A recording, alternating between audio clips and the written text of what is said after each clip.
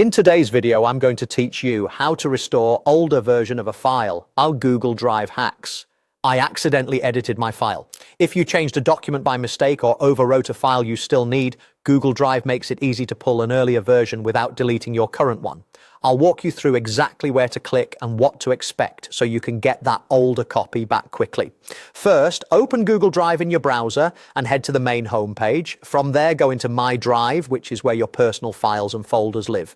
If you organize your files into folders, open the folder where the file sits, like a Documents folder, so you're looking right at the item you want to recover. Next, select the file you accidentally edited. You'll see it highlight when it's selected. Now look for the three vertical dots, also called More Actions, usually near the file name or at the top of the page. Click that menu and choose Manage Versions. This opens a panel that shows all the versions of that file that Google Drive has kept, each with a timestamp and file size.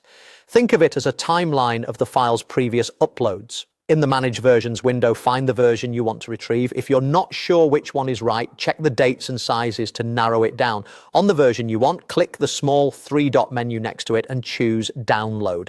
This saves that older version to your computer while leaving the current file in Drive unchanged. It's a safe way to review or restore content without disrupting